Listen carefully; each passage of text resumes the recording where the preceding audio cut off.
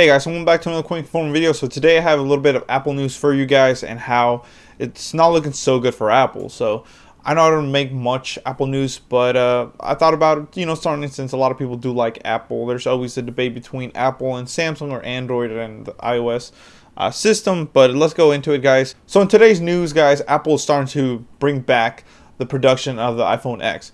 Yes, this is the iPhone X of last year's model, the first iPhone X that ever came out, with the notch and everything. Got rid of the home button and everything. So what does this mean for Apple, guys? So let's get into it and see what it really means for them. So Apple's having a rough year, guys. Basically, iPhone, like I said, Apple's bringing back the iPhone X production, even though they stopped it last year, or this year, I believe it was, due to the new iPhones coming out. But it looks like the new iPhone XS or XS series is not doing so good, guys. Apple's currently actually lowering the price, or trying to lower the price, at least in Japan, to try to boost the sales of the iPhone XR. The iPhone XR has been, a lot of people are saying, a flop for this year. So it's not doing so well, and actually the sales are pretty low, at least for what Apple predicted. So they're trying to slash prices to better it for the retail stores to sell it, or the cell phone carriers to sell their product. So let's see if Apple does the same here in the US. A main reason why Apple's bringing back the iPhone X this year, even though they stopped it, it was because it's actually cheaper to manufacture the iPhone X now than it is the newer models like the XS Max and the XS. I'm just going to call it the 10 because it sounds kind of crazy, but the XS Max and the XS. Also, like I said, the iPhone XR is not doing so well. A lot of people don't like it because of that display. That's the #1 reason why a lot of people don't like it, and I will give you my opinion about that. Being a Samsung user myself, since I do have an iPhone 7 Plus. Apple is currently as well trying to buy more screens from Samsung for their X. As you guys know, the iPhone 10 has and always has used the Samsung screens, basically the OLEDs. Now back to what I was telling you guys about the iPhone XR.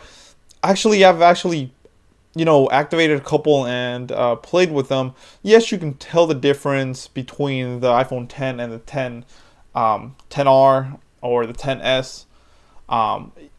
It's a little bit more, I would say, how should I put this in words? It's a little bit more muddied down. It's not as vibrant as the other models that cost a lot more.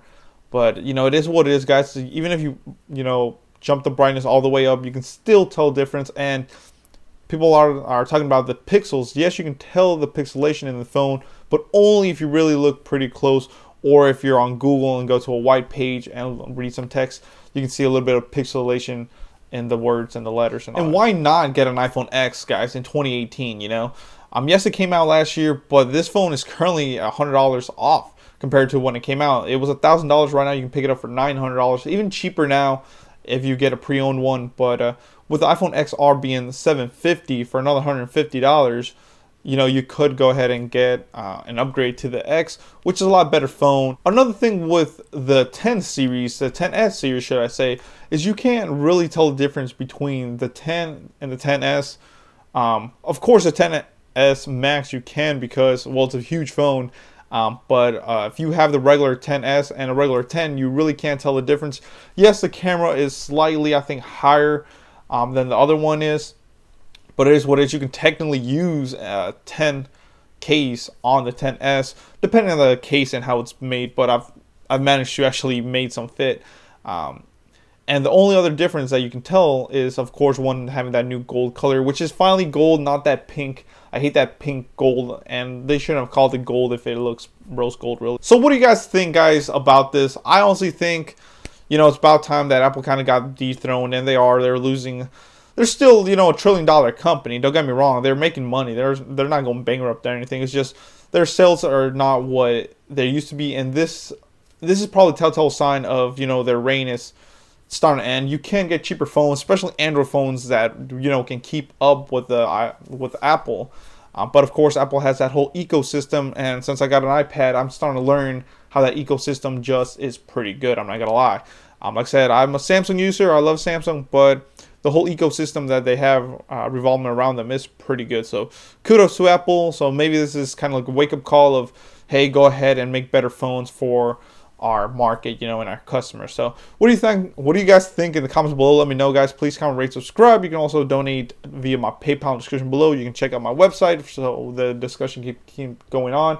And also you can check out netbuddy.co. They offer true unlimited AT&T hotspot, never throttle, never capped, for only $60 a month. But if you use my link and promo code at checkout, you will save $5. That promo code is Sanchez45973. Thank you guys for watching. Please comment, rate, subscribe.